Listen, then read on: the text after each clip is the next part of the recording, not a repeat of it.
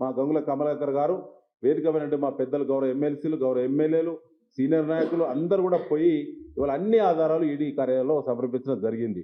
ఒక ఈడీకే ఫిర్యాదు కాదు, ఈడీతో పాటు మరి సిబిఐకి, సెంట్రల్ బ్యూరో ఆఫ్ ఇండియాకి, దాంతో పాటుగా ప్రత్యేకంగా ఏసీబీ అధికారులకు, డిఆర్ఐ అధికారులకు, సెంట్రల్ విజిలెన్స్ కమిషనర్కు, ఎఫ్సిఐకి, ప్రైమ్ మినిస్టర్ ఆఫ్ ఇండియా కార్యాలయానికి సంబంధించి రాష్ట్ర యూనిట్కి కంప్లైంట్ పంపిస్తున్నాం. ఇప్పుడు ప్రకటించిన అన్ని ఏజెన్సీలకు ఇవ్వాలనే కంప్లైంట్ పంపిస్తూ ఉన్నాం.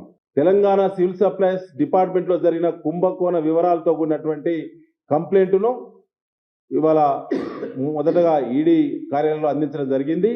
ఈరోజే మరి స్వయంగా మా పార్టీ బాధ్యులు ప్రకటించినటువంటి కార్యాలయాలకు, హైదరాబాద్ కార్యాలయాలకు ఇవాళ వెళ్ళి మరి కంప్లైంట్ను అంతటా కూడా ఇవ్వడం జరుగుతూ ఉన్నది.